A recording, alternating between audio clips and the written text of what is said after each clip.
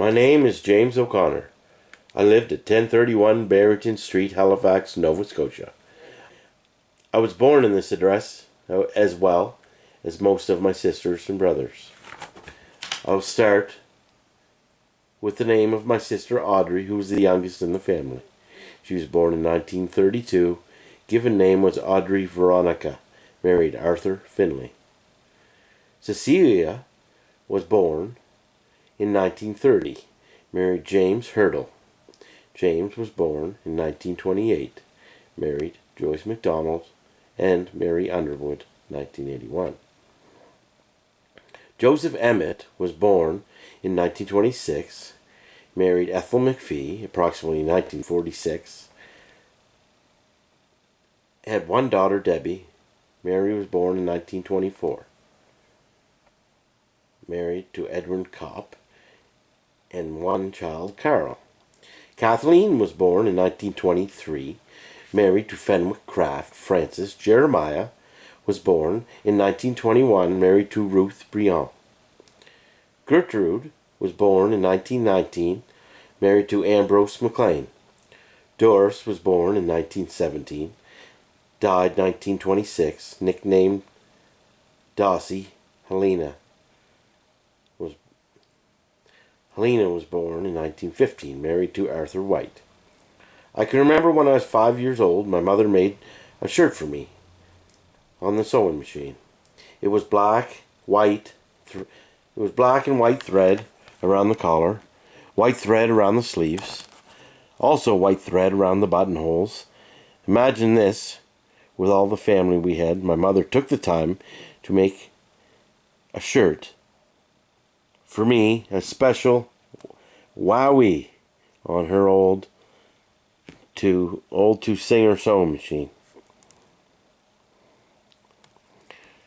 I can remember a time I was very sick. My mother took me into her bedroom with her. I wanted some money to go to the store, so I opened her purse at night.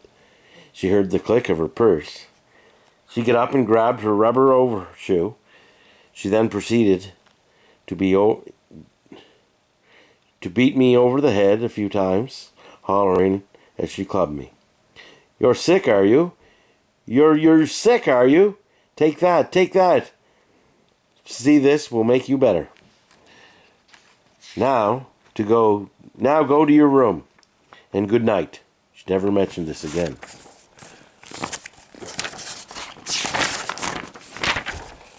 My sister's Audrey nickname was Tudor. Cecilia's nickname was Potwat. James' nickname was Wooselbird. Joseph's nickname was Fino. Mary's nickname was Speck. Kathleen's nickname was Toenails. I can't remember Frank's nickname or any other older family. Ambrose and Gertrude, called Gertie, used to take us to Dartmouth on a picnic. They would leave us in the campground and went looking for blueberries. So they told us. Frank and Ruth used to send me for fish and chips on Saturday and Sunday evenings. It would take me 3/4 of an hour to go there and back. The fish and chips would be cold. Sometimes they would tell me to eat them myself. I couldn't quite understand why they would want me to continually go to the store every weekend. After Gertie and Ambrose were married, they lived in Ferguson's Cove. I took a friend to the cove where Ambrose lived. Ambrose used to make home brew and used to keep it stored in jugs. And to keep it cool, he would hang it over the side of his boat, which was a dory he used to moor his boat out using a clothesline. But I knew how to get the boat in. Tommy Hall and myself took a jug and proceeded to drink it. You can well imagine how drunk we were as we were on our way home. We were walking down the railroad tracks. Gertie seen us coming. She said, "Ambrose, look at these young fellas pretending to be drunk." She took us back to her home and kept us there till the next day. She then wanted me to watch her children while she sent went shopping the next day? I said yes, I would. They were two boys, Jim and Mick. I wasn't feeling all that good, so we played a game. I kept them under the kitchen couch and would paddle their bum whenever they tried to escape. They told their mother they were playing a game with their uncle. The game was, when they told her what the game was, she said, "I don't want you looking after the children again." We continued to go over to the cove swimming. We continued to go over to the cove swimming. Sisters and my brothers also, and friends. I was learning to swim, and I stepped down and cut my foot on a broken beer bottle. As I left the water, I fainted from the loss of blood. My sister phoned the Navy Shore Patrol.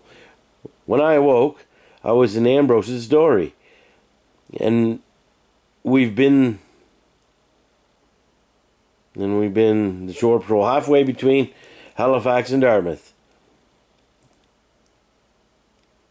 They need the Navy doctor.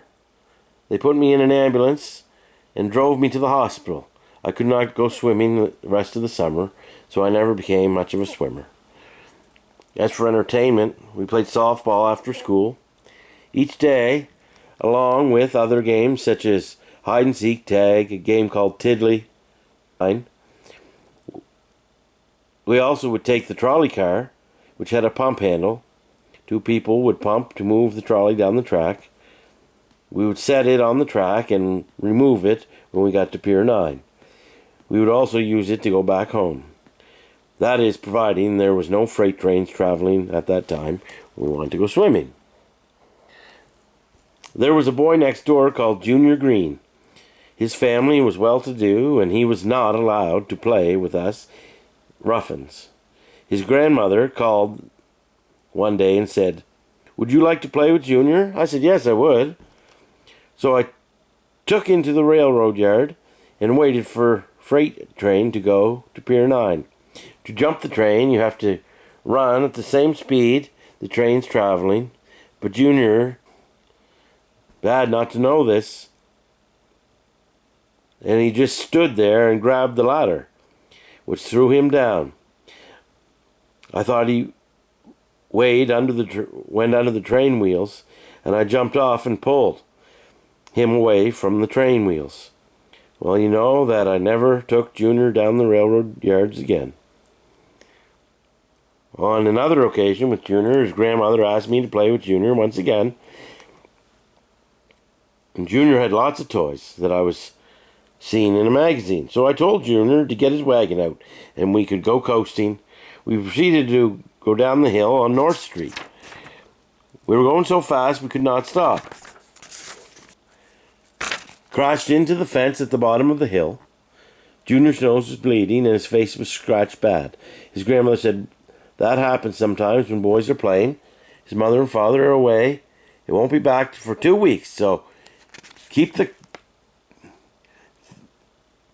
cart. They'll never miss it."